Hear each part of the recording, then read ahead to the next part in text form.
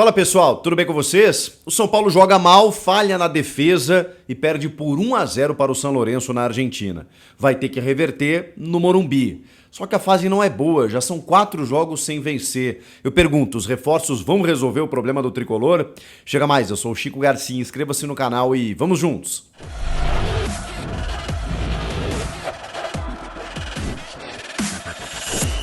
Bom, vamos falar desse jogo contra o São Lourenço no Nuevo Gasômetro pelas oitavas de final da Sul-Americana. São Paulo que estava tão bem na competição, né? Mas que já no seu primeiro desafio eliminatório acaba perdendo por 1-0 para o São Lourenço de Almagro. E num jogo em que o São Lourenço não jogou absolutamente nada, só que o São Paulo também não.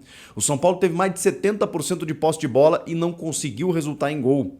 E quem venceu foram os argentinos, que sabem muito bem jogar esse tipo de competição, jogo de mata, quando eles saem na frente então, mas o São Paulo é muito superior tecnicamente nos nomes e na forma como poderia desenvolver o seu jogo e não conseguiu. E não se trata de uma vantagem larga, o São Paulo tem todas as condições de reverter no Morumbi, o que fica de preocupante é que a fase não é boa, já são 4 jogos sem vencer.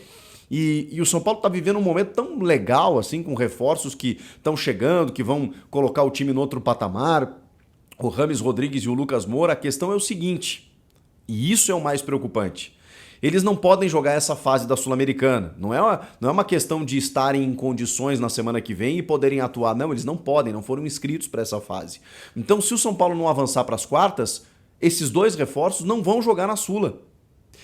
E na Copa do Brasil, o São Paulo tem que reverter uma vantagem que é do Corinthians, que perdeu seu artilheiro da temporada, o Roger Guedes, e que o São Paulo terá reforços como esses 2 jogadores, mas caso o São Paulo não consiga reverter, acabou o ano para o São Paulo. Porque o São Paulo não vai ser campeão brasileiro.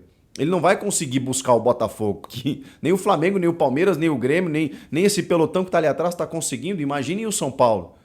E aí esses caras vão fazer o que aqui até o final do ano? O Rames ainda tem contrato até 25, né? O Lucas Moura só até dezembro. Então, o que é preocupante é que o São Paulo está vivendo um momento tão bacana, depois daquela goleada contra o Santos, né? Aquele 4-1, cara, simplesmente parou de jogar.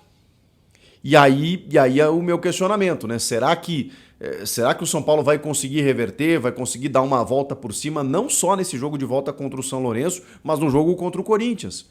Porque existe a possibilidade, a gente tem que tratar como fato, de que o São Paulo pode perder as Copas em questão de 10 dias. Bom, esse jogo foi muito complicado porque o jogo foi muito ruim, o jogo foi tecnicamente fraco, o São Paulo se propôs a ficar com a bola.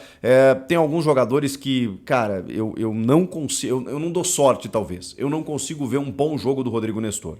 Eu sei que ele é um cara identificado, eu sei que ele é um cara que quer dar certo, que veio da base, eu não consigo. Ele tem dificuldades na marcação e na finalização. Ele não marca, ele não arma, ele não finaliza. Ou ele faz tudo isso de forma precária. Então, assim, não tem que estar ali, né? Não tem que estar ali. O Michel Araújo, que entra no lugar dele depois no segundo tempo, não agrega muito mais, mas é um jogador de mais qualidade técnica, sei lá, perde um gol, inclusive, né? A bola passa na frente dele. Mas, cara, impressionante. O Wellington Rato, né, buscou uma outra finalização, o time todo foi mal, né?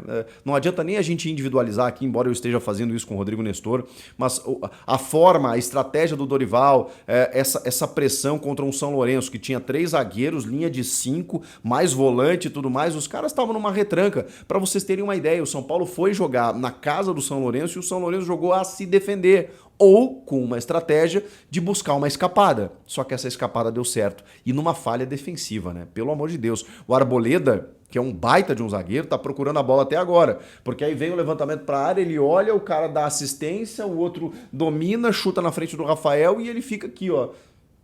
O Beraldo também tá na marcação, o cara consegue fazer assistência pro Bareiro, e o Bareiro domina e consegue finalizar e o Arboleda procurando a bola. O São Paulo falhou defensivamente quando não podia falhar e quando teve a bola não criou o suficiente para agredir o goleiro.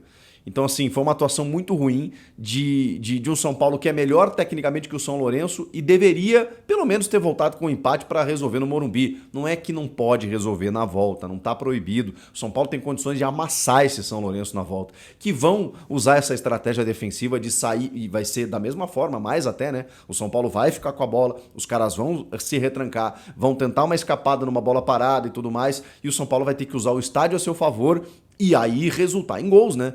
Porque quando você enfrenta um bloqueio desses, né, de 5, 6 jogadores no sistema defensivo, em algum momento você tem que deixar os caras jogar. E aí você controla o espaço. Do tipo, o Palmeiras faz muito bem isso, fez isso fora de casa contra o Galo em determinado momento. Do tipo, joga, deixa eu controlar aqui.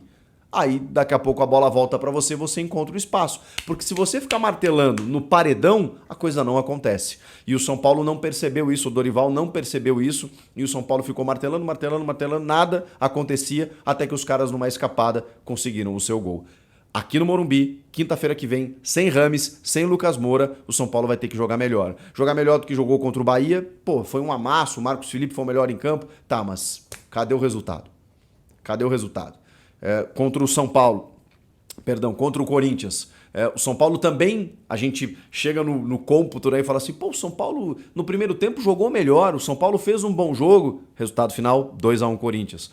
2 gols na individualidade do Renato Augusto, tá, mas assim, o São Paulo que a gente elogiou tanto, que se tornou um time competitivo, um time interessante, que fez uma bela campanha na Sul-Americana, chegou a ocupar o G4 do Brasileiro, que avançou na Copa do Brasil, de repente deu aquela oscilada, justamente no momento em que o clube está contratando reforços e que está gerando uma expectativa maior no torcedor, e o desempenho caiu.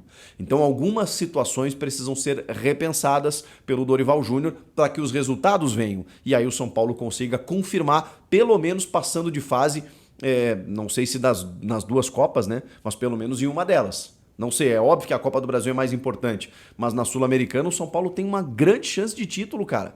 Só que não pode enfrentar um time muito inferior tecnicamente como é o São Lourenço e deixar escapar um resultado.